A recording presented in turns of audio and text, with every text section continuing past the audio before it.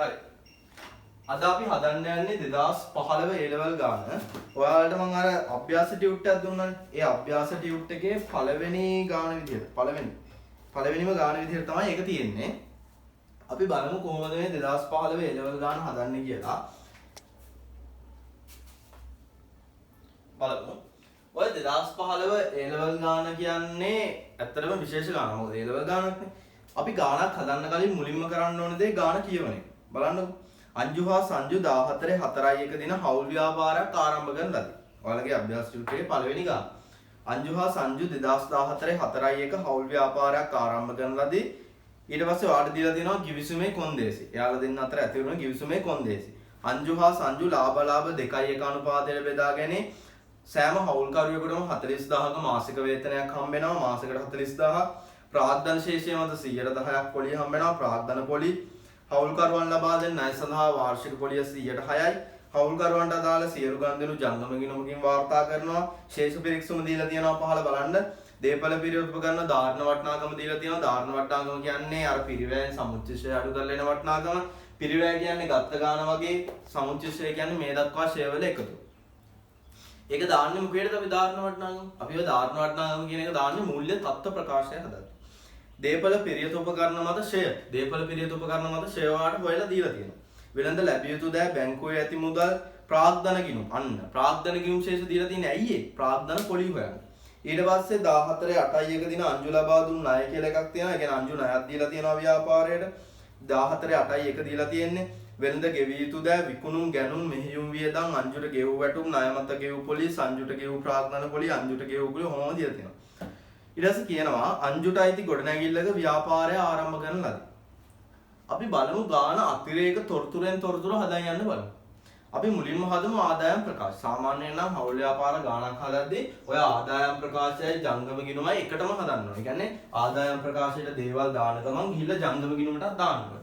හැබැයි මේකේ ඔයාලට පුරුදු වෙනකල් අපි මුලින් ආදායම් ප්‍රකාශය හදලා ඊට පස්සේ ජංගම ගිණුම හදන්න ටික කරමු. බලන්න අපි අතිරේක තොරතුරු එකින් එක හදාගෙන යන්න. අපි මුලින්ම ආදායම් ප්‍රකාශය ගහගන්න ඕනේ. AS හවුල් ව්‍යාපාරය අංජු සංජු කියන එක. AS හවුල් ව්‍යාපාරයේ 2015 3:31 අවසන් වසරේ ආදායම් ප්‍රකාශය. අපි හදන්න යන්නේ මේකේ ආදායම් ප්‍රකාශය මේ ව්‍යාපාරයේ. මේ ව්‍යාපාරයේ ආදායම් ප්‍රකාශය හදනකොට ඔයා දන්නවා ආදායම් ප්‍රකාශයක් කොහොමද හදන්නේ කියලා. අපි උඩටම දා ගන්නවා විකුණුම්. අපි විකුණුම් වලින් අඩු කරනවා විකුණුම් පිරිවැය.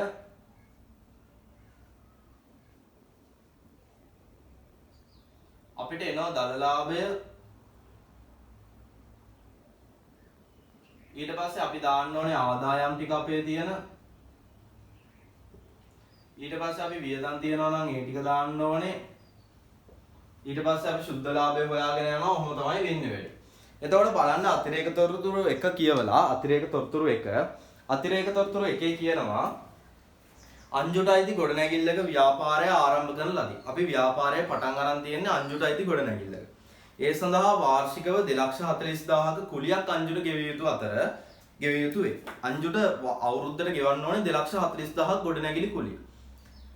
කෙසේ වුවද ව්‍යාපාරය 14:10:1 දින 3,60,000ක වාර්ෂික කුලියකට නව ස්ථානයකට ගෙන යන ලද අතර මෙම මුළු මුදලම එදිනම ගෙවන ලදී. ඔක ඔයාලා ගෙදරින් හොඳට කියවන්න මම ඔකේ අදහස කියන්නම්. මේ තියෙන අපේ ව්‍යාපාරය අපි පටන් අරන් තියෙන්නේ අංජුගේ ගොඩනැගිල්ල. අපි ව්‍යාපාරය පටන් අරන් තියෙන්නේ අංජුට අයිති ගොඩනැගිල්ල. හැබැයි අපේ ව්‍යාපාරය ටිකක් කාලයක් කරන් ගිහිල්ලා අපි යනවා අලුත් ගොඩනැගිල්ලකට යනවා. අපේ ව්‍යාපාරය බලන්න අංජුගේ ගොඩනැගිල්ලට අවුරුද්දකට ගෙවන්න ඕනේ. එක අවුරුද්දකට ගෙවන්න ඕනේ 2,40,000. එක අවුරුද්දකට ගෙවන්න ඕනේ අංජුට 2,40,000. අපි අලුත් ගොඩනැගිල්ලට එක අවුරුද්දකට ගෙවන්න ඕනේ 3,60,000. 3,60,000. හරිද? ඕක තමයි කතාව යන්නේ. කතාව කියන්නේ ඔහොම. ඕකේ කියනවා විශේෂයෙන් මේ 2,40,000ක කුලිය අංජුට අවුරුද්දකට ගෙවන්න ඕනේ. අලුත් ගොඩනැගිල්ලට 3,60,000 කියලා කියන්නේ අවුරුද්දට. මේ දෙකම දීලා තියෙන්නේ අවුරුද්දට. හැබැයි අපි ගිණුම් තියන්නේ 14:3:31 ඉඳන් 2015 3:31 දක්වානේ. අපි ගිණුම් තියන්නේ 14:3:31 ඉඳන් 15:3:31 දක්වා. අපි ගිණුම් තියන්නේ එක අවුරුද්දකට. හැබැයි මොකද කියන්න බලන්න. අංජුට අයිති ගොඩනැගිල්ලක ව්‍යාපාරය ආරම්භ කරන ලදී. මේ සඳහා වාර්ෂිකව 2,40,000ක් ගෙවිය යුතු වේ. කෙසේ වුවද ව්‍යාපාරය 14/10/1 3,60,000ක වාර්ෂික කුලියකට නව ස්ථානයකට ගෙනල්ලා අතර අපි 14/10/1 අපේ ගොඩනැගිල්ල මාරු කරලා අපි තිබ්බ ගොඩනැගිල්ලෙන් අලුත් එක්කට ගිහිල්ලා අපි හිටියේ අංජුගේ ගොඩනැගිල්ලේ. අපි 14/10/1 ගියා අලුත් එක්කට. බලන්නකො අංජුගේ ගොඩනැගිල්ලේ කොච්චර කාලයක්ද හිටියේ කියලා. අපි අංජුගේ ගොඩනැගිල්ලේ හිටියේ 3:31 ඉඳන් 10:01 වෙනකම්. මේ කාලයට අදාළව හිටියේ අංජුගේ එකේ.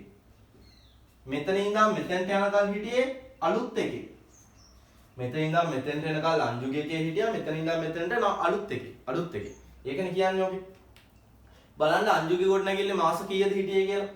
14/3/31. 14/3/31 කියන්නේ මොකද්ද? 14/3/31 කියන්නේ ව්‍යාපාරයේ ආරම්භක දවස. 14/3/31 වුණාට දැන් 3 වෙනි මාසේ ඉවර වෙලානේ. ඒ කියන්නේ 4 වෙනි මාසේ ඉඳන් තමයි ව්‍යාපාරය පටන් ගන්න. එතකොට බලන්න 4 වෙනි මාසේ ඉඳන් 10 වෙනි මාසේ පටන් ගන්න දවස් දක්වා මාස කීයද කියලා.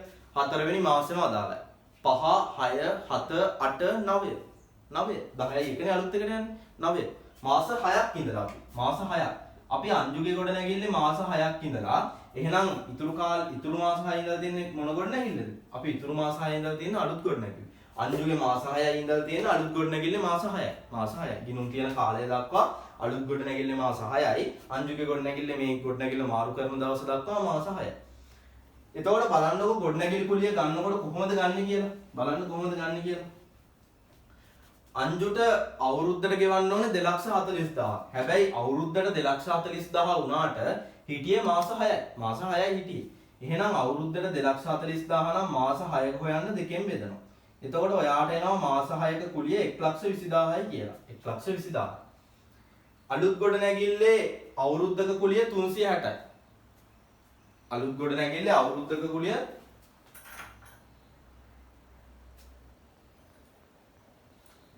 අලුත් ගොඩනැගිල්ලේ අවුරුද්දක කුලිය 3,60,000. හැබැයි ඒකේ අවුරුද්දක කුලිය ගන්න බෑ. අපිට ඒකේ අවුරුද්දක කුලිය ගන්න බෑ. ඒකට හේතුව තමයි අවුරුද්දට 360යි වුණාට අපි අලුත් ගොඩනැගිල්ලේ ඉන්නේ මාස 6යි. මාස 6යි. 14/10/1 ඉඳන් අර අවසාන දවස් දක්වා මාස 6යි. එතකොට අවුරුද්දට 360යි නම් මාස 6කට හොයන්නේ ඒකත් දෙකෙන් බෙදන්න ඕන. එතකොට ඔයාට මාස 6ට එනවා 1,80,000. 1,80,000.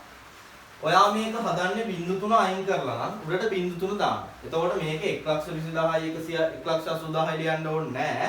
ඔයා ලියනකොට මේ 120යි 180යි එකතු කරලා 300යි කියලා දැම්මම හරි ගොඩනැගිලි කුලිය. වාට තේරුණා නේද? අපි 2,40,000 කියන්නේ අංජුගේ අවුරුද්දක කුලිය. හැබැයි මාස 6යි හිටියේ. ඒ කියන්නේ 120යි. 360 කියන්නේ අවුරුද්දක අලුත් ගොඩනැගිල්ලක අවුරුද්දක කුලිය.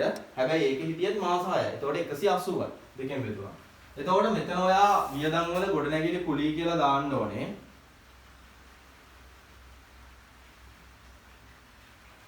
ඔයා ගොඩනැගිලි කුලිය කියලා වියදම දාන්නේ 300.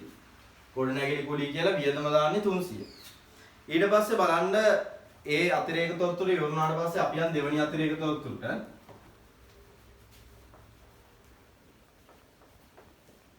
බලන්න දෙවෙනි එකේ කියනවා තොග වාර්තාවලට අනුව 15/3/31 දින තොගේ පිරිවැය 2,50,000.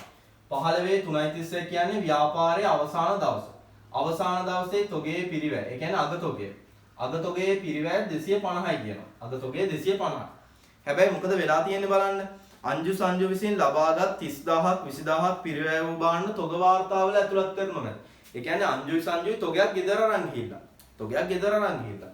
කීයක තොගයක්ද ගෙදර අරන් ගිහිල්ලා තියෙන්නේ? 50ක තොගයක්. 30යි 20යි 50යිනේ. අංජුයි සංජුයි එකතු වෙලා 50ක තොගයක් ගෙදර අරන් ගිහිල්ලා. ඒක දාලා නැහැ. අවසාන තොගය ඇතුළේ ඒක නැහැ. ඇයි තොග වාර්තාවලට අනුව තොගය 250යි කියලා තියෙන්නේ? අපිට මේ ගෙදර අරන් ගියොත් 50 දාන්න බැරි වෙලා. එතකොට 250ක තොගයෙන් 50 ගෙදර අරන් යනවනේ. එතකොට ඇත්ත තොගය 200යි. ඇත්ත අවසාන තොගය 200යි. මේ අවසාන තොගය ගන්න ඇයි? මේ අවසාන තොගය ගන්න විකුණුම් පිරිවැය කරන්න. විකුණුම් පිරිවැය. අපි බලමු හරි විකුණුම් පිරිවැය කීයද කියලා. ඔයාලා දන්නවා විකුණුම් පිරිවැය හොයන්නේ කොහොමද කියලා. විකුණුම් පිරිවැය හොයන්නේ කොහොමද? ආරම්භක තොගයට ගැනුම් එකතු කරලා අපි අවසාන තොගය අඩු කරනවා. හැමදාම මම කියන දෙයක් තමයි විකුණුම් පිරිවැය කියන්නේ විකුණු භාණ්ඩවල පිරිවැය. විකුණු භාණ්ඩවල පිරිවැය. බලන්න මේ ගාන පටන් ගන්න තැනම කියනවා අංජු හා සංජු 14 4යි 1 දින හවුල් ව්‍යාපාරයක් ආරම්භ කරන ලදී. අලුතින් පටන් ගත්ත හවුල් ව්‍යාපාරයක ළමයි ආරම්භක තොගයක් නැහැනේ. අලුතින්ම පටන් ගන්න එක. අපි බලමු ගැනුම් කීයද කියලා. ඕකේ බලන්නකො ගැනුම් තියනවා 2500ක්. ශේෂ පිරික්සුවේ බලන්න ගැනුම් කියලා තියනවා 2500ක්. ව්‍යාපාරයේ තොග 2500ක් අරන් තියෙනවා. ව්‍යාපාරයේ තොග 2500ක් අරන් තියෙනවා. දැන් අපි අවසාන තොගයක් දන්නවා 200යි කියලා. 200යි. ඔන්න දැන් ගබඩාවේ 2500ක තොගයක් තියෙනවා. ඔන්න ගත්තු තොගය 2500යි. හැබැයි මේ ගැනුම් වලින් එක දෙයක් අඩු වෙන්න ඕනේ. මේ ගැනුම් වලින් එක දෙයක් අඩු වෙන්න ඕනේ. මේ ගැනුම් වලින් අඩු වෙන්න ඕනේ භාණ්ඩ ගැනීම. මේ ගැනුම් වලින් අඩු වෙන්න ඕනේ භාණ්ඩ ගැනීම. ඇයි මේ ගැනුම් වලින් භාණ්ඩ ගැනීම අඩු වෙන්නේ? ගැනුම් කියන්නේ තොගයක් ගන්නවා. ගැනුම් කියන්නේ මොකද්ද? තොගයක් ගන්නවා කියන එකනේ. ගැනුම් කියන්නේ ගන්නවා. ඔන්න තොගයක් ගත්තා. ඒ ගත්ත තොගෙන් කොටසක් නේද මෙයාලා මේ ගෙදර අරන් ගියේ. අර මෙයාලා 50ක තොගයක් ගෙදර අරන් ගියා දෙන්න එකතු වෙලා. දෙන්න එකතු වෙලා 50ක තොගයක් ගෙදර අරන් ගියා. මේ අපි ගත්ත 2500ක තොගෙන් කොටසක් නේද ගෙදර අරන් ගියේ. 2500ක තොගෙන් කොටසක් ගෙදර අරන් ගියාම ඒක තවදුරටත් විකුණන්නේ නැහැනේ. විකුණන්නේ නැහැ තවදුරටත් ගබඩාවේ. 2500ක තොගයක් ඔන්න ගත්තා 50ක් ගෙදර අරන් ගියා. ඒක තවදුරටත් විකුණන්නේ නැහැ. එහෙනම් ඒක අයින් වෙන්න ඕන. ඒක අයින් වෙන්න ඕන. ඒක විකුණන්නේ නැහැ ගබඩාවේ. එතකොට දැන් ඇත්තටම ගබඩාවේ තොග තියෙන්නේ කීයද? ඇත්තටම ගබඩාවේ තොග තියෙන්නේ 2450යි. 2450යි. ඇත්තටම දැන් ගබඩාවේ තොග තියෙන්නේ 2450. මොකද 2500ක තොගයක් ගත්තා. මේකේ අයිතිකාරයෝ 50ක් ගෙදර අරන් ගියා. දැන් ඇත්තටම ගබඩාවේ තොග තියෙන්නේ 2450. අවසානයේ බලද්දි 200යි ඉතුරු වෙලා තියෙන්නේ. ඔන්න දැන් 2450ක් තිබ්බා. 2450ක් තොගේ තිබ්බා. හරිනේ. අවසානයේ 200යි තියෙන්නේ. එහෙනම් කීයක් විකුණලාද? කීයක් විකුණලාද කියන්නේ ඒක තමයි විකුණුම් පිරිවැය. විකුණු භාණ්ඩවල පිරිවැය. 2450ක් තිබ්බ එකෙන් 200ක් 200ක් ඉතුරු වෙලා කියන්නේ. 2450ක් තිබ්බ ගබඩාවේ 200ක් ඉතුරු වෙලා කියන්නේ 2250ක්ම මොකද වෙලා තියෙන්නේ? තොග 2250ම විකුණලා. 2500ක් තොග තිබ්බා 50ක් අයිතිකාරයෝ ගෙදර අරන් ගියා. දැන් ගබඩාවේ තියෙන්නේ 2450. ඒකෙන් අවසානයේ ඉතිරි වෙලා තියෙන්නේ 200යි. තොග 200යි. ඒ කියන්නේ කීයක් විකුණලාද? 2250ම විකුණලා. හරි. එතකොට අපි විකුණුම් පිරිවැය හොයාගත්තා 2250යි කියලා. 2250යි. හරි. ඊට පස්සේ බලන්න 2003 වෙනි එතනින් ඒ අතිරේක තොරතුරු ඉවර වෙනවා. 3 වෙනි එකට යන්න. බලන්නකො අතිරේක තොරතුරු වලින් පටන් ගන්න ගාණක් හදනකොට කොච්චර ලේසිද නේ? කොච්චර ලේසිද? හරි. 3 වෙනි එකට යන්න. ඔයාලම ගන්න දේවල් එහෙම තියාම මගෙන් අහන්න. 3. 2015 අප්‍රේල් මාසයේදී බෙදා හැරීමට එකඟ වූ භාණ්ඩ වෙනුවෙන් ව්‍යාපාරයේ ලද ලක්ෂයක අත්තිකාරමක් ප්‍රවර්තන වර්ෂයේ විකුණුම් ලෙස සටහන් කර ඇත. ඔය අත්තිකාරමක් කියන්නේ ඇඩ්වාන්ස් එකක්. ඔය අත්තිකාරමක් කියන්නේ ඇඩ්වාන්ස් එකක්. ඇඩ්වාන්ස් එකක් කියන්නේ විකුණුම් නෙවෙයි ළමයි. ඇඩ්වාන්ස් එකක් කියන්නේ කවදාවත් විකුණුම් වෙන්නේ නැහැ. අත්තිකාරම. ඒ කියන්නේ අනාගතයේ තමයි මේ භාණ්ඩය දෙන්න තියෙන්නේ. අද අපිට සල්ලි හම්බ වෙනවා. අනාගතයේ දෙන්න ඕන දෙයක් වෙනුවෙන් අද සල්ලි හම්බ වෙනවා. උදාහරණයක් විදිහට ඔයා හිතන්නකෝ ඔයා ඉස්කෝලේට යුනිෆෝම් අහනවනේ. ඉස්කෝලේට යුනිෆෝම් අහනකොට ඔයා ගිහිල්ලා යුනිෆෝම් එක මහන්න දැන් ඔය මේ ඉන්න බලලා මෙහි බලලා හරි බලලා මෙහි බලලා දෙනවනේ. මිම්මත් දීලා ඊට පස්සේ යාට කියනවා මහන්න කියලා. මහන්න කියලා ඔයා නිකන් එන්නේ නෑනේ. ඒ ඇඳුම මහන සම්පූර්ණ ගාණෙන් ඔයා කීයක් හරි යාට දීලා ඉන්නේ 500ක් 1000ක් වේවා දීලා ඉන්නේ. ඔයා හිතන්න මම ඇඳුම් මහන කෙනා කියලා. ඔන්න ඔයා ඇවිල්ලා මට සල්ලි දෙනවා. මට ඒක අත්තිකාරනවා. අර සම්පූර්ණ ගාණෙන් කොටසක් ඔයා දීලා යන්නේ. මගේ වගකීමක් තියෙනවා කවදා හරි ඔය ඇඳුම ආපහු මහලා බාර දෙන්න ඕනේ යාට. ඒ ඇඳුම අපි මමම කවදා හරි ඒ ඇඳුම මහලා යාට බාර දෙන්න ඕනේ. ඔයාට බාර දෙන්න ඕනේ. එතකොට ඒ හම්බුන රුපියල් 500 මට වගකීමක්. මම කලින් සල්ලි අරගෙන. අනාගතයේ කරන විකුණුම් වෙනුවෙන් මම කලින් සල්ලි අරගෙන. ඒකට කියනවා අපි ඇඩ්වාන්ස් නැත්නම් අත්තිකාරමක් කියලා. අත්තිකාරමක් කියන්නේ වගකීමක් මිසක් විකුණුම් නෙවෙයි. ආදායමක් නෙවෙයි. විකුණුම් කියන්නේ ආදායමක් නෙවෙයි. ඕක ආදායමක් බවට පත් වෙනවා අනාගතේ. අර භාණ්ඩය දුන්නට පස්සේ, අර භාණ්ඩය බාර දුන්නට පස්සේ ඕක විකුණුම් බවට පත් වෙනවා. එතකල් ඕක කවදාවත් විකුණුම් වෙන්නේ නැහැ. ඕක අත්තිකාරම වගකීමක්. මොකද කරලා තියෙන්නේ? අප්‍රේල් මාසයේදී බෙදා හැරීමට එකඟ වූ භාණ්ඩ 2015 3.31 ගෙන් ගිණුම් තියලා ඉවරයි අපි. ඊළඟ මාසේ, يعني ඊළඟ අවුරුද්දට ඊළඟ අවුරුද්දට අදාළව කරන්න ඕනේ භාණ්ඩ වෙනුවෙන් විකුණන්න ඕනේ භාණ්ඩ වෙනුවෙන් රුපියල් ලක්ෂයක් හම්බෙලා ඒක විකුණුම් විදියට සටහන් කරලා. වැරදීනේ විකුණුම් කියන්නේ මේ අවුරුද්ද වෙන ඒවා නැතුව අපිට අනාගතේ වෙන ඒවා විකුණුම් විදියට දාන්න බෑනේ මේ ආදායම් ප්‍රකාශය. ඒක දාන්නේ ඊළඟ කාලච්ඡේදයේ. මේකේ බලන්න විකුණුම් කීයක් තියෙන කියලා. අපි යන්නේ විකුණුම් නිවැරදි කරන්න. විකුණුම්. මේකේ විකුණුම් විදියට ශේෂ පිරික්සුමේ තියෙනවා 6100ක්. විකුණුම් විදියට ශේෂ පිරික්සුමේ තියෙනවා බලන්න 6100ක්. ඔයා බලන්න ඔයාගේ ශේෂ පිරික්සුම. බලන්නකො මෙයා කියනවා 100ක අත්තිකාරම විකුණුම් වලට දාලා. 100ක අත්තිකාරම විකුණුම් වලට දාලා නම් අපි ඒක අයින් කරන්න ඕනේ. එතකොට ඔයාට ඇත්ත විකුණුම් වෙනවා 6000යි කියලා. ඔයා ඇත්ත විකුණුම් ගිහිල්ලා මෙතන විකුණුම් වලට දාන්න 6000යි. එතකොට ඔයාට එනවා දල ලාභය බලන්න 0යි. ඔයාට එනවා ඇත්ත දල ලාභය. ඇත්ත දල ලාභය කියන්නේ මේ ඔක්කොම ගැළපිලි ටික හැදුවට පස්සේ දල ලාභය 3750යි. හරි. ඊට පස්සේ බලන්න ඔයා ඊළඟ අතරේක තොරතුරට යන්න. හවුල් ව්‍යාපාරයේ සියලු මුදල් ගනුදෙනු බැංකු ගිණුමක් ආශ්‍රයෙන් සිදු කරනු ලැබේ. මේ හවුල් ව්‍යාපාරයේ සියලුම මුදල් ගනුදෙනු සිද්ධ වෙන්නේ බැංකු ගිණුමකින්ලු. හැබැයි මොකද්ද අවුල? 2015 3:31 දිනට ව්‍යාපාරයේ බැංකු ගිණුමේ ශේෂය බැංකු ප්‍රකාශනයේ ශේෂය සමග එකඟ නොවිය. අන්න. ඕක අදාළ වෙන්නේ බැංකු සැසඳුම් පාඩමට. මම කරා බැංකු සැසඳුම් පාඩම. බැංකු සැසඳුම් පාඩමේදී මම කිව්වා හැම වෙලෙම අපේ ව්‍යාපාරයේ මුදල් ශේෂයයි බැංකුවේ මුදල් ශේෂයයි සමාන වෙන්නේ නැහැ කියලා. අපේ ව්‍යාපාරයේ මුදල් ගිණුමේ ශේෂයයි බැංකුවේ මුදල් ගිණුමේ ශේෂයයි සමාන වෙන්නේ නැහැ. ඒකට හේතු තියෙනවා. අපේ පැත්තෙන් වෙන අත්හැරීම් වැරද්ද තියෙනවා, බැංකුව පැත්තෙන් වෙන අත්හැරීම් වැරද්ද තියෙනවා. අපෙන් වෙන වැරද්ද තියෙනවා, බැංකුවෙන් වෙන වැරද්ද තියෙනවා. බලන්න මොකද වෙලා තියෙන්නේ කියලා. ගනුදෙනුකරුවෙකු විසින් 40000ක චෙක් පතක් බැංකුවේ ඍජුව තැන්පත් කර තිබුණා. ණයගැතියෙක් ඇවිල්ලා ඍජුවම බැංකුවට සල්ලි දාලා. ණයගැතියෙක් ඇවිල්ලා කෙලින්ම බැංකුවට සල්ලි දාපු එක අපි දන්නවද? අපි දන්නේ නැහැ. අපි දාලා නැහැ ඒකින්ද. හැබැයි ඒක මේකට අදාළ නැහැ ආදායම් ප්‍රකාශයට. මොකද ණයගැතියෙක් සල්ලි දැම්මහම මොකද වෙන්නේ? ණයගැතියෙක් සල්ලි දැම්මහම ණයගැතිය අඩු වෙලා මුදල් වැඩි වෙනවා. ණයගැති කියන්නේත් වත්කමක්, මුදල් කියන්නේත් වත්කමක්.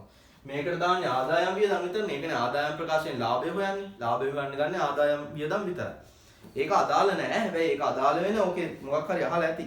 අවසාන ප්‍රශ්නේ අහලා තියෙනවා. බැංකුවේ ඇති මුදල් හා වෙළඳ ලැබිය යුතු දෑවල නිවැරදි ශේෂය. ඒක බලමු. ඊට පස්සේ දෙවෙනි එක ගනුදෙනුකරුවෙකුගෙන් ලද 60000ක චෙක් පතක් අගරු වී තිබුණා. අපිට ගනුදෙනුකරුවෙකුගෙන් ණයගැතියෙක්ගෙන් සල්ලි හම්බෙලා ඒ චෙක් එක බැංකුව ප්‍රතික්ෂේප කරනවා. බලන්නකො. 3. සැපයුම්කරුවෙකුට මේක මේ ආදායම් ප්‍රකාශයට අදාළ දෙයක් නෙවෙයි. ඒක ආදායම් ප්‍රකාශ නෙවෙයි. ඒක මුදල් වලට එහෙම අදාළ දෙයක්. සැපයුම්කරුවෙකුට නිකුත් කරන ලද 50000ක චෙක් පතක් ගෙවීමට ඉදිරිපත් කරන තිබුණේ. අපි ණය හිමියෙක්ට සල්ලි ගෙවලා. ඔන්න අපි චෙක් එක ලියලා බැංකුවට දෙනවා ගෙවන්න කියලා. බැංකුව ගෙවලා නැහැ. බැංකුව ආතල් එකේ ඉන්නවා. අපි ගෙවලා බැංකුව ගෙවලා නැහැ. ඒක බැංකුවේ වැරද්දක්. අංජුගේ ජීවිත රක්ෂණ වාරිකයේ ගෙවීම සඳහා නිකුත් කළ 10000ක චෙක් පත ව්‍යාපාරයේ බැංකු ගිණුමේ සටහන් කරනු තිබුණා. බලන්න අංජුගේ ජීවිත රක්ෂණ වාරිකය කියන්නේ එයාගේ පෞද්ගලික දෙයක්. අංජුගේ පෞද්ගලික දෙයක් අපි සල්ලි වලින් ගෙවලා. අංජුගේ පෞද්ගලික දෙයක් ව්‍යාපාරයේ සල්ලි වලින් ගෙවලා. අංජුගේ පෞද්ගලික දෙයක් ව්‍යාපාරයේ සල්ලි වලින් ගෙවනවා කියන්නේ ඕකට නමක් කියනවා ගැනිලි කියලා. මතකනේ ගැනිලි. අයිතිකාරයන්ගේ පෞද්ගලික දේවල් ව්‍යාපාරයේ සල්ලි වලින් ගෙවනවා. එතකොට බලන්න ඒක අපිට සටහන් කරන්න අමතක වෙලා. ඒක අපි සටහන් කරලා නැත්තේ මොකේද? අපේ මුදල් ගිණුම, බැංකු ගිණුම. ව්‍යාපාරයේ බැංකු ගිණුම. ව්‍යාපාරයේ බැංකු ගිණුම කියන්නේ ව්‍යාපාරයේ මුදල් ගිණුම තමයි බැංකු ගිණුම. ව්‍යාපාරයේ මුදල් ගිණුමේ අපි ඕක දාලා නැහැ. එයාට චෙක් එක දුන්නා කියලා දාලා නැහැ. ඒක මේකට අදාළ නැහැ. ඒක අදාළ වෙන්නේ මුදල් ගිණුම නිවැරදි කරන්න. ඊට පස්සේ බලන්න ඔයා තව ආදායම් වියදම් මේකේ තියනවාද කියලා. ඊළඟට ඔයා ගානේ අතිරේක තොරතුරු වලින් පස්සේ ඔයා යන්න ඕනේ ශේෂ පිරික්සුම. ඔයා ශේෂ පිරික්සුමේ මේ දක්වා දාන්න බැරි වුණේ දේවල් ටික දාන්න ඕනේ. බලන්නකො ශේෂ පිරික්සුමේ පහළට යනකොට තියෙනවා දෙවණියට දීපල පිරියත උපකරණ ෂෙයා. ඔයා දාන්න ඕනේ දීපල පිරියත උපකරණ ෂෙයා ටික. දීපල පිරියත උපකරණ ෂෙයා. ෂෙයා 600. බලන්න 600යි කියලා හොයලා දීලා තියෙනවා. ඊට පස්සේ වෙළඳ ලැබිය යුතු දෑ කියන්නේ ණය ගැතියෝ බැංකුවේ ඇති මුදල් තියෙනවා ප්‍රාග්ධන ගිණුම් තියෙනවා 14.8.1 අංජු ලබා දුන්න ණය. බලන්නකො අපි දැන් යන්නේ අංජුගේ ණය පොලිය හොයන්න. ණය පොලිය කියන්නේ වියදම. ණය පොලිය කියන්නේ වියදම. අපි දැන් ණය පොලිය හොයන්න ඕනේ. බලන්නකො අපි ගිණුම් තියන්නේ 14.3.31 ඉඳන් 15.3.31 දක්වා. අංජු ණය දීලා තියෙන්නේ කවද්ද බලන්න 14.8.1 දින අංජු ලබා දුන්නා. අංජු ණය දීලා තියෙන්නේ 14.8.1. අංජු ණය දීලා තියෙන්නේ 14.8.1. එතකොට ඔයා ණය පොලියක් ගන්නවා නම් මේ කාලයට අදාළව ණය පොලිය ගන්න බෑ. මොකද ණය දීලා තියෙන්නේ 8.1. ඔයා ණය පොලිය ගන්න ඕනේ 8.1 ඉඳන් 15.3.31 දක්වා. බලන්නකෝ 8.1 කියන්නේ 8 වෙනි මාසෙත් අදාළයිනේ. 8 වෙනි මාසෙත් අදාළයි.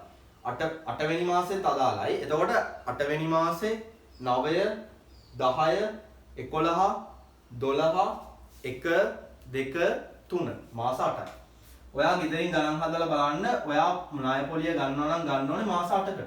8.1 කියන්නේ 8 වෙනි මාසෙත් අදාළයිනේ. 8 වෙනි මාසේ 9 10 11 12 1 2 3 මාස 8ක්. එතකොට බලන්න අංජු ණය කීයක් දීලා තියනවද කියලා. අංජු ණය දීලා තියෙනවා 1000. අංජු ණය දීලා තියෙනවා 1000. අංජු දුන්න ණයට අවුරුද්දක පොලිය කීයද?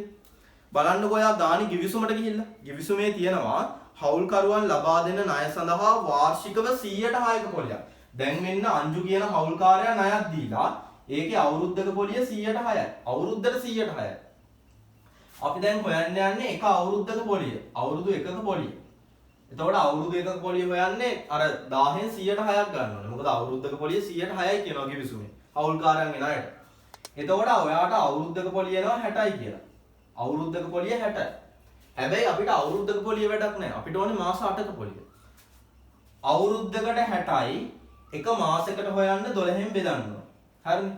අවුරුද්දකට 60යි නම් මාසයකට හොයන්න 12න් බෙදන්න ඕනේ. මොකද අවුරුද්දට මාස 12යිනේ තියෙන්නේ. අවුරුද්දට මාස 12යි. අවුරුද්දකට 60යි නම් එක මාසයකට හොයන්න 12න් බෙදනවා. මාස 8කට හොයන්න ඕන නම් ආපහු 8ෙන් වැඩි කරනවා.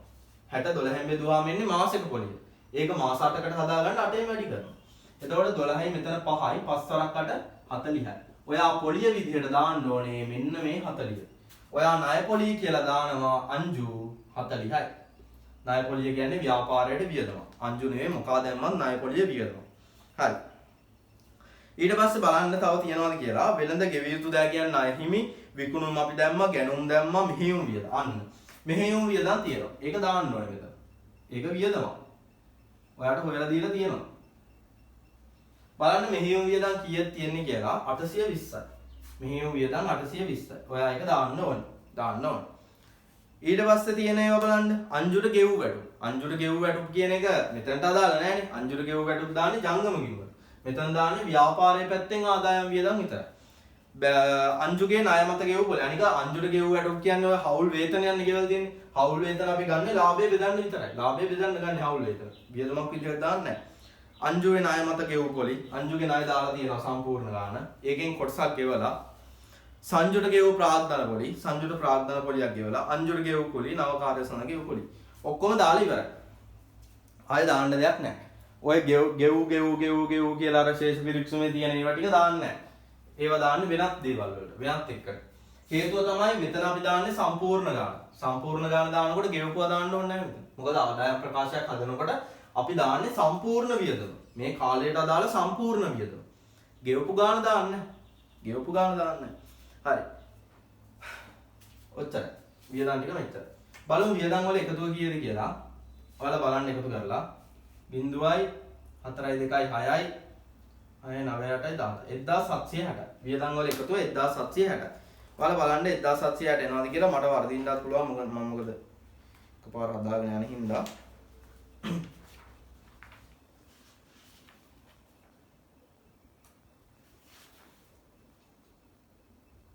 ඔව් 1760. හරි. ඊට පස්සේ අපි හොයන්නේ සුද්ධ ලාභය.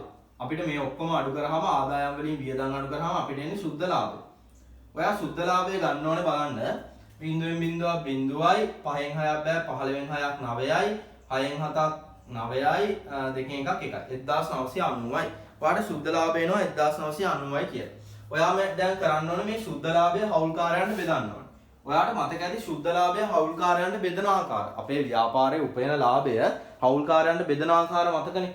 අපේ ව්‍යාපාරයේ උපයන ලාභය හවුල්කාරයන්ට බෙදන එක විදිහක් තමයි හවුල් වේතන කියන්නේ. හවුල් වේතන. හවුල් වේතන ප්‍රාග්ධන පොලි ලාභ කොටස්. ඔය තුනට තමයි බෙදන්නේ. අපි ලාභය බෙදන්න යන්නේ හවුල් වේතන විදිහට. හවුල් වේතන හම්බ වෙනවා අංජුටත් හම්බ වෙනවා සංජුටත් හම්බ වෙනවා. අංජුගේ සංජුගේ හවුල් වේතන බලන්න කොහොමද තියෙන්නේ කියලා බලන්න. ඕකේ අර ගිවිසුමේ තියෙනවා සෑම හවුල්කරුවෙකුටම 40000ක මාසික වේතනයක් හිමි වේ කියලා. සෑම හවුල්කරුවෙකුටම 40000ක මාසික වේතනයක් හිමි වේ. 40000ක මාසික වේතනයක්. ඒ කියන්නේ එක මාසයකට 40යි. එහෙනම් අවුරුද්දට කීයද එක්කෙනෙක්ට? 12න් වැඩි කරනවා. අවුරුද්දට හොයන්න. 12 සරා 0යි 40 සරා 480. එතකොට අංජුට 480යි සංජුට 480යි. 480යි 480යි ලාභය අඩු වෙනවා 960කින්. මොකද ඒවා දෙනවා යාළුවා. ඊට පස්සේ ඊළඟට ලාභය බෙදෙන තවත් ආකාරයක් තමයි ප්‍රාග්ධන පොලි. ප්‍රාග්ධන පොලි. ප්‍රාග්ධන පොලි අංජුටත් අයිති සංජුටත් අයිති. මෙයාලගේ ප්‍රාග්ධන පොලි අපි හොයන්න ඕන. මෙයාලගේ ප්‍රාග්ධන පොලි හොයනකොට බලන්න කිවිසුමේ කියනවා හවුල්කරුවන්ට ප්‍රාග්ධනය මත වාර්ෂිකව 110යි.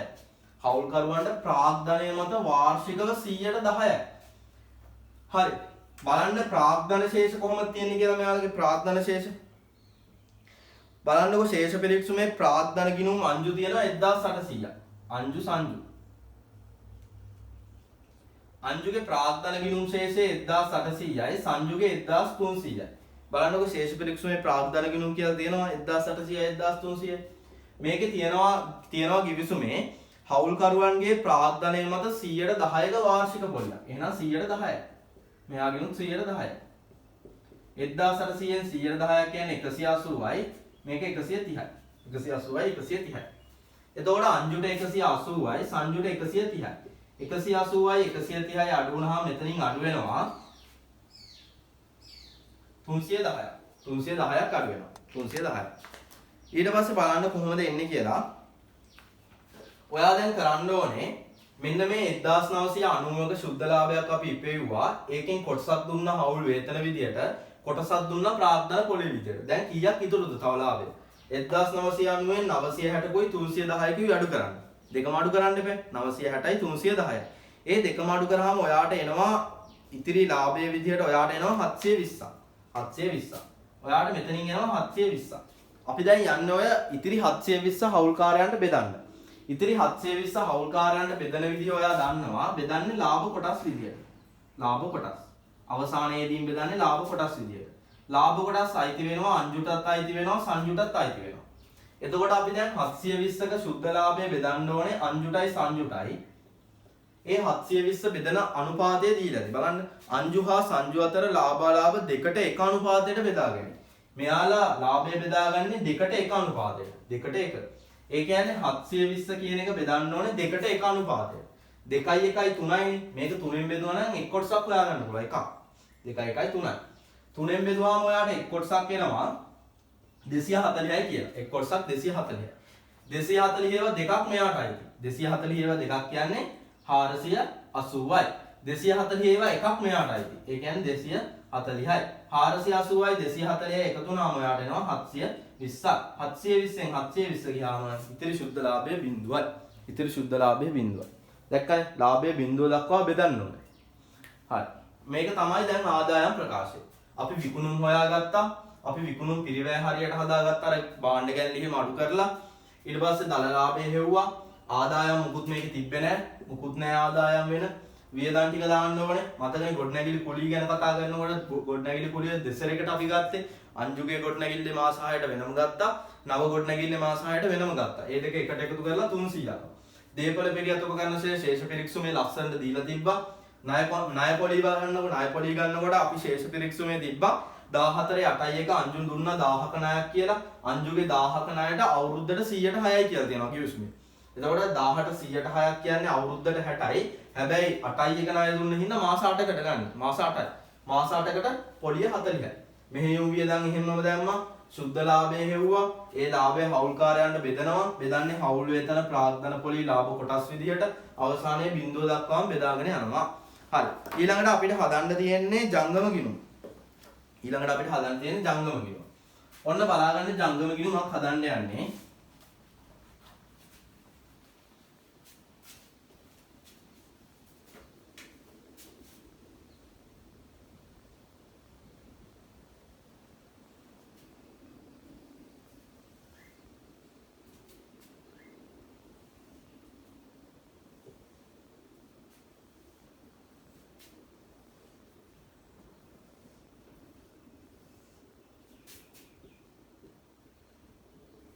මේ අංජු සංජු කියන එක මම ලියන්නේ. මම බිංදු තුන අයින් කරන හින්දා උඩින් බිංදු තුන ලියාගත්තා. අපි ජංගම ගිණුමක් හදනකොට ඔයාලට පේනවනේ ජංගම ගිණුම චුට්ටක් පේන්නේ නැහැ නේ. අපි ජංගම ගිණුමක් හදනකොට අපි ජංගම ගිණුමේ මුලින්ම ඊගේ ශේෂ ටික දාගන්න ඕනේ. ජංගම ගිණුමේ ආරම්භක ශේෂ. බලන්න ජංගම ගිණුමේ ආරම්භක ශේෂ ජංගම ගිණුමේ ආරම්භක ශේෂ නෑ මේකේ. ඇයි මේකේ ජංගම ගිණුමේ ආරම්භක ශේෂයක් නැත්තේ? අපි අර කලින් හදපු ගානේ නම් අර ගිය වීඩියෝ එකේ හදපු ගානේ නම් ඊගේ ශේෂ දැම්මා. ඊගේ කියලා දැම්මා ආරම්භක ශේෂ. හැබැයි ඊගේ ශේෂයක් නැහැ. ඉහළට ගෙනා ශේෂයක් නැහැ. හේතුව තමයි මේ ව්‍යාපාරය අලුතින් පටන් ගන්න ව්‍යාපාරය. අලුතින් පටන් ගන්න ව්‍යාපාරයක ආරම්භයේ ශේෂයක් තියෙන විදියක් නැහැ. ඒක අලුතින්මයි යන්නේ. හරි. එතකොට මම ජංගම ගිණුම ගැන ආයසරයක් පොඩ්ඩක් මතක් කරන්නම් ඔයාලට. ජංගම ගිණුම කියන්නේ හිමිකම් ගිණුමක්. ජංගම ගිණුම කියන්නේ මොන ගිණුමක්ද? ජංගම ගිණුම කියන්නේ හිමිකම් ගිණුම. හිමිකම්. මේ හිමිකම් ගිණුම අයිති වෙන්නේ හවුල්කාරයන්ට. හවුල්කරුවන්ට. මේ හිමිකම් ගිණුමේ අයිතිය තියෙන්නේ හවුල්කාරයන්ට. මම කිව්වා ජංගම ගිණුම කියන්නේ ව්‍යාපාරයෙන් වෙන්නුණු ගිණුමක් කියලා. ජංගම ගිණුම වෙනයි, ව්‍යාපාරය වෙනයි. හොඳට මතක තියාගන්න. ජංගම ගිණුම වෙනයි, ව්‍යාපාරය වෙනයි. ජංගම ගිණුමට දාන්නේ හිමිකම්. මේ තියෙන්නේ බැර පැත්ත, මේ තියෙන්නේ හර පැත්ත. හිමිකම් වල දිත්ත සරහන කොහොමද? හිමිකම් වැඩිවීම බැර, හිමිකම් අඩුවීම හර. හිමිකම් වැඩිවීම බැර, හිමිකම් අඩුවීම හර. කිසියම් හිමිකමක් වැඩි වුණොත් දාන්නේ බැර පැත්තට. හිමිකමක් අඩු වුණොත් දාන්නේ හර පැත්තට. මොකද වැඩිවීම බැර. මෙතන දාන්නේ කාගේ හිමිකම්ද? හවුල්කරුවන්ගේ හිමිකම්. මෙන්න මේ ජංගම ගිණුම අයිති හවුල්කාරයන්ට. මම අංජු නම් මේක අයිති මට. මම සංජු නම් මේක අයිති මට. මගේ ගිණුම මගේ. මෙන්න මේ ජංගම ගිණුම අයිති මට. හවුල්කාරයන්ට. අංජුටයි සංජුටයි අයිති ගිණුම මේ තියෙන්නේ. අංජුටයි සංජුටයි අයිති ගිණුම ව්‍යාපාරයෙන් වෙන වෙන්නේ ඒක. මේක අංජුගේ සංජුගේ තනි එයාලගේ අයිතිය තියෙන්නේ මේක. මේකේ බැර පැත්තට දාන්නේ එයාලගේ හිමිකම් වැඩි වෙන දේවල්. අංජුගේ සංජුගේ හිමිකම වැඩි වෙන දේවල් බැර කරනවා. හිමිකම අඩු වෙන දේවල් හර කරනවා. මෙයාලගේ හිමිකම වැඩි වෙන දේවල් අපි ලියලා තියෙනවා. බලන්නකො හවුල් වේතන හම්බුණා. බලන්නකො අංජුටයි සංජුටයි හවුල් වේතනයක් හම්බ වෙනවා. පට්ටනේ එයාලගේ හිමිකම වැඩි වෙනවා. එහෙනම් මෙයාලගේ හිමිකම් වැඩි වෙනවා හවුල් වේතන. හවුල් වේතන. එයාලට ව්‍යාපාරයෙන් වැටුපක් හම්බ වෙනවා. 480යි 480යි. එයාලගේ හිමිකම් වැඩි වෙනවා ප්‍රාග්ධන පොලි. එයාලගේ ප්‍රාග්ධනයට පොලියක් හම්බ වෙනවා. හිමිකම වැඩි වෙනවනේ. ප්‍රාග්ධන පොලි. බලන්න ප්‍රාග්ධන පොලි කොහොමද තියෙන්නේ? 180යි 130යි. එයාලගේ හිමිකම් වැඩි වෙනවා ලාභ කොටස්. එයාලට හම්බ වෙනවා ලාභ කොටස්. කොහොමද හම්බෙන්නේ? 480යි 240යි. බලන්නකෝ මම අංජු නම් මට හම්බ වෙනවා හවුල් වේතනයක්. මම සංජු නම් මට හම්බ වෙනවා හවුල් වේතන 480ක්. අම්මට සිරි මට හම්බ වෙනවා. මට හම්බ වෙනවා ප්‍රාග්ධන පොලි. මට හම්බ වෙනවා ප්‍රාග්ධන පොලි. මගේ හිමිකම් වැඩි වෙනවනේ. මට හම්බ වෙනවා ලාභ කොටස්. මගේ හිමිකම් වැඩි වෙනවා. මගේ හිමිකම් වැඩි වෙන තව දෙයක් තිබ්බා ණය පොලි. මම හවුල්කාරයෙක් නම් මගේ හිමිකම් වැඩි වෙනවා ණය පොලියක් හින්දා. බලන්නකෝ මෙතනට යද්දි අංජුගේ ණය පොලිය වියදමක් වුණා. ආදායම් ප්‍රකාශයේ අංජුගේ ණය පොලිය කියන්නේ වියදමක්. මේකනේ වියදම් යටතේ දැම්මේ. හැබැයි මෙතනට යද්දි හිමිකමක් වෙලා. ඇයි හේතුව? මේ මං කිව්වා මේ ගිණුම ව්‍යාපාරයෙන් වෙන්නුණු එක. මේක අයිති හවුල්කාරයන්ට. අරක අයිති ව්‍යාපාරයට. මම අංජු නම් මට හම්බ වෙනවා ණය පොලිය 40ක්. මම අංජු නම් මට හම්බ වෙනවා ණය පොලිය 40ක්. බලන්නකෝ මම ණයක් දැම්මේ ආතල්ලයක් ගන්න නෙවෙයිනේ. මම ව්‍යාපාරයට ණයක් දැම්මේ ණය පොලියක් බලාපොරොත්තු වෙන්නේ. මම අංජු මම ව්‍යාපාරයට ණයක් දැම්මේ ණය පොලියක් බලාපොරොත්තු වෙන්නේ. මට ණය පොලිය හම්බ වෙනවා 40ක්. මගේ හිමිකම් වැඩි වෙනවා. මේක එක්කෙනෙක් හිටියා ගොඩනැගිලි කුලියක් හම්බ වෙනවා. එක්කෙනෙක් ගොඩනැගිල්ලක් දීලා තිබ්බා. එයාට හම්බ වෙනවා ගොඩනැගිලි කුලි. ගොඩනැගිලි කුලි. බලන්න ඕකේ තිබ්බා අර අතිරේක තොරතුරු එකේ අංජුට අයිති ගොඩනැගිල්ලක ව්‍යාපාරය ආරම්භ කරන ලදී. මේ සඳහා වාර්ෂිකව 2,40,000ක කුලියක් අංජුට ගෙවිය යුතුවේ. අර අතරමැදදී ගියානේ ව්‍යාපාරය වෙනත් ගොඩනැගිල්ලකට. මේ 300 ඇතුලේ තියෙනවා අංජුට අයිති වෙන්න ඕනේ ගොඩනැගිලි කුලිය. මම අංජු මම ව්‍යාපාරයට දෙනවා ගොඩනැගිල්ල. මගේ බිල්ඩින් එක මම ව්‍යාපාරයට දෙනවා කරන් යමන් කියලා. ව්‍යාපාරයෙන් මට හම්බ වෙනවා ගොඩනැගිලි කුලිය. ව්‍යාපාරයෙන් මට හම්බ වෙනවා ගොඩනැගිලි කුලිය. මගේ හිමිකම් වැඩි වෙනවා. ගොඩනැගිලි කුලිය කීයක්ද යට තිබ්බේ? අපි හොයාගත්ත 120ක් කියලා. මතක ඇතිනේ. මේ 300 හැදුන හැටි. 300 හැදුන හැටි මතකනේ. නව ගොඩනැගිල්ලටයි අංජුගේ එකටයි එකතු වෙලානේ හැදුනේ. අංජුගේ එක තිබ්බා 120ක්. අන්නේ 120 අයිති දෙයක්. මෙයාලා තව දාලා තියෙන දේවල් තියෙනවද බලන්න ව්‍යාපාරයට. තව නම් ව්‍යාපාරයට දාලා තියෙන දේවල් නැහැ මේක. හිමිකම් නැහැ. කොච්චර තමයි තියෙන්නේ. හරි. ඊට පස්සේ අපි මේ පැත්ත ලියන්නේ හිමිකම අඩු වෙන දේවල්. මේ වැඩි වෙන ඒවා මේ අඩු වෙන ඒවා මේ පැත්ත. අපි බලමු හිමිකම අඩු වෙන්නේ මොනවා හින්දාද කියලා. හිමිකම අඩු වෙන එක දෙයක් තමයි භාණ්ඩ ගැනිලි. ගැනිලි හින්දා කොහොමත් හිමිකම අඩු වෙනවනේ. අයිතිකාරයෝ ව්‍යාපාරයේ දේවල් ගෙදර අරන් ගියාම එයාලගේ හිමිකම අඩු වෙනවා. හිමිකම අඩු වෙන ගනුදෙනුවක් තමයි ගැනිලි කියන්නේ. ගැනිලි කියන්නේ අයිතිකාරයෝ ව්‍යාපාරයේ දේවල් පෞද්ගලික ප්‍රයෝජනට ගන්නවා. එහෙනම් ගැනිලි හින්දා හිමිකම අඩු වෙනවා. හිමිකම අඩු වීම හර පැත්තේ ලියනවා. බලන්න ඔය භාණ්ඩ ගැනිලි තිබ්බ දෙවෙනි අතිරේක තොරතුරු දෙක අර අංජු හා සංජු පිළිවෙලින් 30000ක් 20000ක් වගේ ගෙදර අරන් ගියා. මෙයා 30යි මෙයා 20යි ගෙදර අරන් ගියා. තව ඕකේ තියෙනවා මුදල් ගැනිලි. බලන්නකෝ ඕකේ ගානේ අවසාන අතිරේක තොරතුරේ අර කියනවා අර ව්‍යාපාරයේ බැංකු ගිණුමේ ශේෂයයි අර බැංකුවේ ශේෂයයි අසමාන වුණාලු. ඒකේ අවසානයක බලන්න අංජුගේ ජීවිත රක්ෂණ වාරිකය ගෙවීම සඳහා නිකුත් කළ 10000ක චෙක්පත ව්‍යාපාරයේ බැංකු ගිණුමේ සටහන් කරනු තිබුණා. බලන්න අංජුගේ ජීවිත රක්ෂණ වාරිකය ගෙවන්න අපි සල්ලි දීලා ව්‍යාපාරේ. ළමයි අංජුගේ ජීවිත රක්ෂණ වාරිකය කියන්නේ එයාගේ පෞද්ගලික දෙයක් නේ. එයාගේ පෞද්ගලික දෙයක් ගෙවන්න අපි සල්ලි දෙනවා කියන්නේ ගැනිලි. එයාගේ ගැනිලි මුදල් ගැනිලි. අයිතිකාරකගේ පෞද්ගලික දෙයක් ව්‍යාපාරයේ සල්ලි වලින් පියව ගන්නවා. ඒක ගැනිලි. කීයක්ද දැන් තියෙන්නේ? 10ක්. අංජුගේ 10ක්. හරි. ඊට පස්සේ බලන්න ඔයා ශේෂ පිරික්සුමේ යටට යනකොට ඔයාට තියෙනවා අංජුට ගෙවූ වැටුප් කියලා. අංජුට ගෙවූ වැටුප්. ඔක මම දාලාම කියන්නම් ඔයාට. අංජුට ගෙවූ වැටුප් කියලා තියෙනවා 200. බලන්නකො අංජුට වේතන එහෙම නැත්නම් වැටුප් හම්බෙන්න තිබ්බ 480ක් 200ක් ගෙව්වා. 480ක් හම්බෙන්න තියෙනවා. හම්බෙන්න තියෙන ගාන මෙහාට දානවා. හම්බෙන්න තියෙන සම්පූර්ණ ගාන බැර පැත්තේ දාන්න. එයාගේ හිමිකම සම්පූර්ණයෙන්ම. ඒ හිමිකම අඩු වෙන ඒවා මේ පැත්තේ දාන්න. මම අංජු මට 480ක් හම්බෙන්න තිබ්බා. හවුල් වේතන 480ක් මට හම්බෙන්න තිබ්බා. මට 200ක් හම්බුණා. 480 මේ පැත්තෙන් දැම්මා. මේ පැත්තෙන් 200 අඩු කරනවා වගේ හරියට කරන්නේ. මම අංජු මට 480ක් හම්බෙන්න ඕනේ. මම 200ක් ගත්තා. හරිනේ. අංජුගේ ණය මත ගෙවූ පොලි. එහෙනම් ගෙවූ පොලි. බලන්නකෝ අංජුගේ ණය මත ගෙවූ පොලි 30ක් තියෙනවා. අංජුට ණය පොලිය 40ක් හම්බෙන්න ඕනේ. 30ක් හම්බෙන්න ඕනේ. 30ක් ගත්තා. 40ක් හම්බෙන්න ඕනේ 30ක් ගත්තා. ඊට පස්සේ තියෙනවා බලන්න සංජුට ගෙවූ ප්‍රාග්ධන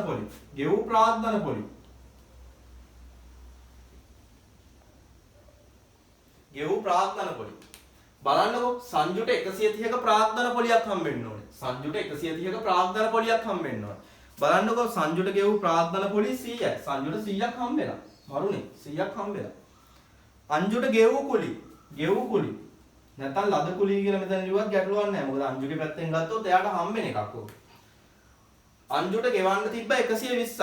120 කුලියක් අංජුට දෙන්න ඕනේ. බලන්න අංජුට කීයක් ගෙවලාද කියලා 100ක්. අංජුට 100ක් හම්බෙලා. හරිනේ? හරි.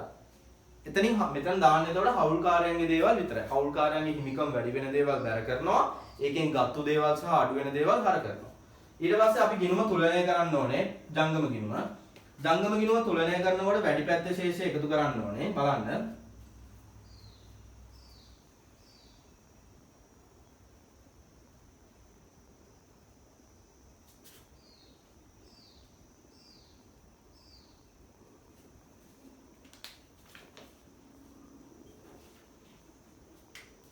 වැඩි පැත්තේ ශේෂය එහෙමම අනිත් පැත්තට අරන් එන්න ඕනේ.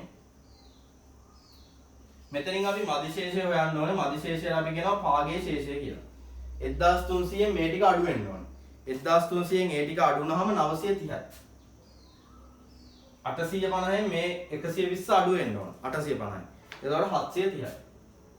ඊළඟ අවුරුද්දට මේක යන්නේ ඊගේ ශේෂයක් විදියට. ඊළඟ අවුරුද්ද පටන් ගන්නෙ මෙන්න මේ ශේෂවලින්. 930යි 730යි. ඔන්න තනිකර ජංගම ගිණුමක් හදලා ඉවරයි. ජංගම ගිණුම කියන්නේ හරිම ලේසි ගිණුමක්. ඇති දෙයක් නෑ ජංගම ගිණුමේ. හවුල්කාරයන්ගේ දේවල් ටික දාගෙන යන්නයි තියෙන්නේ.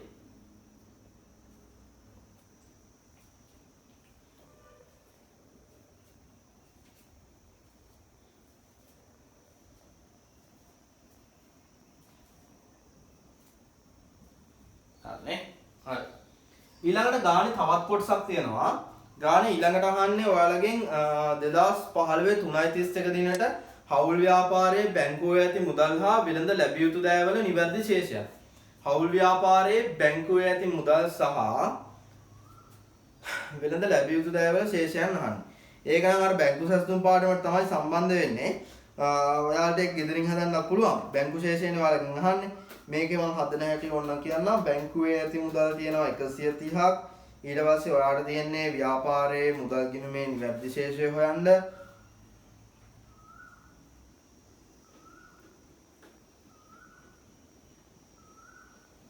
ඔව්. ව්‍යාපාරයේ මුදල් ගිණුමේ තියෙන නිවැරදි ශේෂය හොයන්න ඕනේ.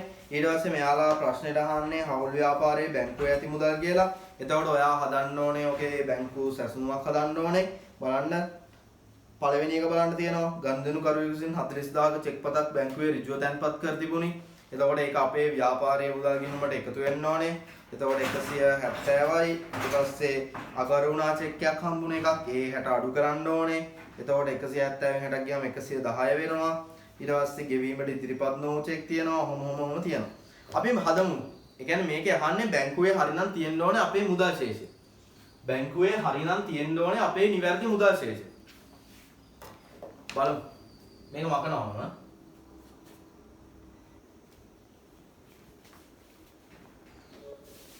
ඕක නිකන් බැංකු සැස්තුම් පාඩමත් එක්ක සම්බන්ධ එකක්. සාමාන්‍ය ගාණ එනකොට හවුල් ව්‍යාපාර ගාණ මොන කොටසක් එන්නත් පුළුවන්. ඇත්තටම. නොවෙන්නත් පුළුවන්. යන්න බෑ ඉතින් ඒක.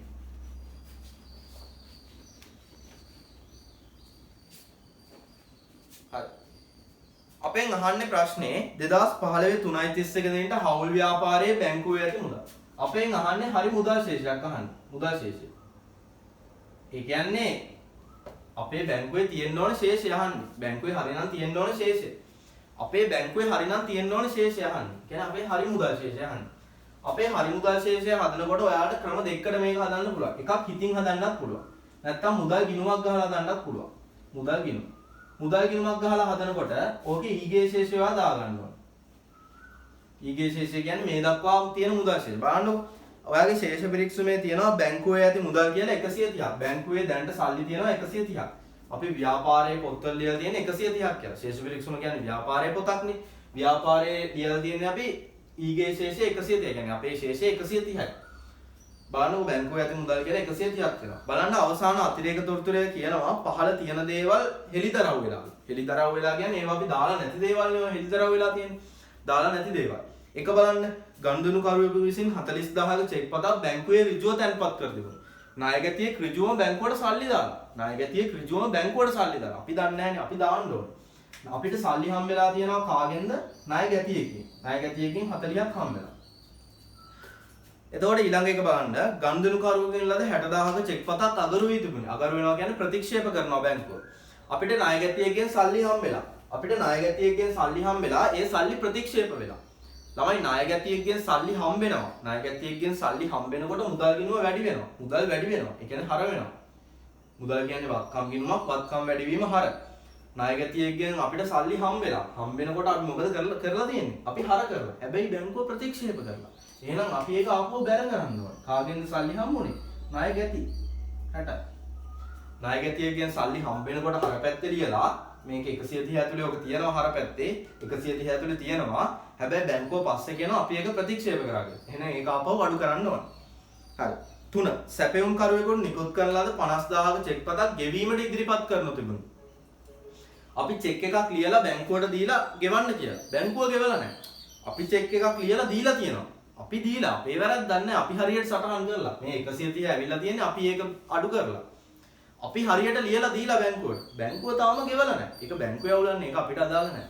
අවසානයේ අංජුගේ ජීවිත රක්ෂණ වාරිකය ගෙවීම සඳහා නිකුත් කළ 10000ක චෙක් පත ව්‍යාපාරයේ බැංකු ගිණුමේ සටහන් කරනු තිබුණි. අංජුගේ ජීවිත රක්ෂණ වාරිකය ගෙවලා තියෙන්නේ අපේ ව්‍යාපාරයේ සල්ලි වලින්.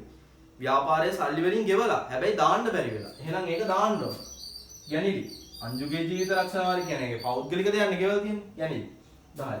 අපි නිවැරදි මුදල් ශේෂය ගමු. 130යි 40යි 170යි මෙහාටත් ගන්නවා 170යි. ඊට පස්සේ මෙතනින් අපිට එනවා පාගේ ශේෂය. පාගේ ශේෂය ඔයාලට එනවා 100යි. ඒ කියන්නේ අපේ හරිනම් තියෙන්න ඕනේ මුදල් ශේෂය කීයද? හරිනම් තියෙන්න ඕනේ මුදල් ශේෂය 100යි. 100යි. 100 ඇවිල්ලා තියෙනවා හරි.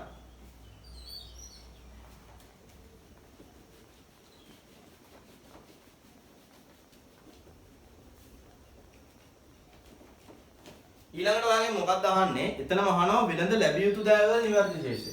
වෙළඳ ලැබිය යුතු දෑ. වේලද නැත්නම් ණය ගැති කියලා කියනවා. ණය ගැති වල නිවැරදි ශේෂය හදන්න ඔයා ගහන්න ණය ගැති ගිණුමක්. ණය ගැති ගිණුම.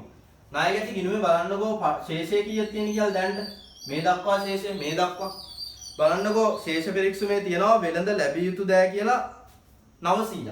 මේ දක්වා ශේෂය තියෙනවා 900ක්. වෙළඳ ලැබිය යුතු දෑ කියලා තියෙනවා 900ක්. අපි මේකට දාලා නැති දේවල් ටික දාන්න ඕනේ. බලන්නකෝ අවසාන අතිරේක තොරතුරු. ඒකේ තියෙනවා අවසාන අතිරේක තොරතුරේ එක තියෙනවා ගනුදෙනුකරුවෙකු විසින් 40000ක චෙක් පතක් බැංකුවේ ඍජුව තැන්පත් කර තිබුණා.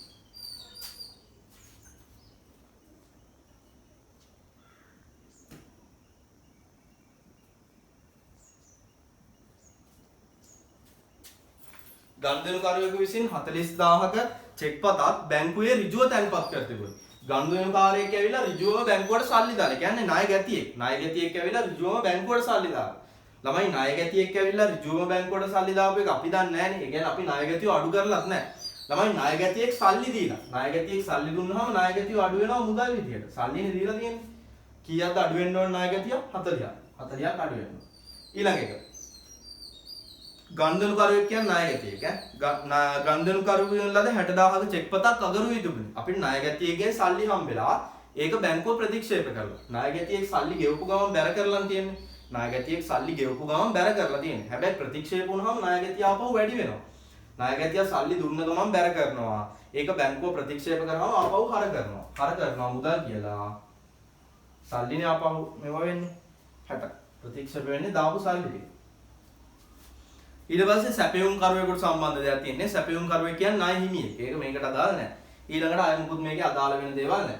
බලන්න නිවැරදි ණය ගැති ශේෂය 960යි 960යි.